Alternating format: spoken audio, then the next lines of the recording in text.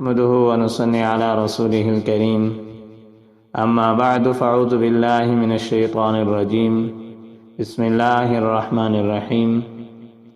اللہ تعالیٰ کے احکامات میں سے ایک حکم پردے کا ہے۔ اگر عورت بے پردگی اختیار کرے گی تو اللہ تعالیٰ سے بغاوت ہے، کیونکہ بے پردگی جاہلیت اور مغربی تہذیب کی تقلید ہے۔ بے پردہ عورت کا تہمت سے بچنا مشکل ہے۔ عورت کا بے پردہ ہونا حیا کی کمی کی دلیل ہے۔ بے پردہ عورت لوگوں کی بری نظر کا نشانہ بن جاتی ہے۔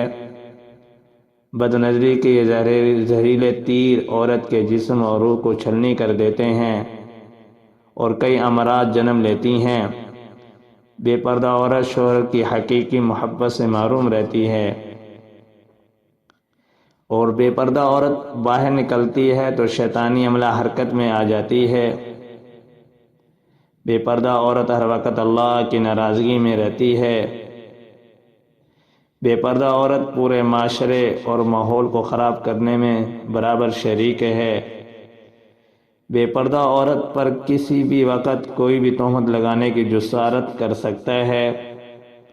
بے پردہ عورت اپنے والد، شوہر، بھائی اور بیٹے کے لیے باعث شرم ہے۔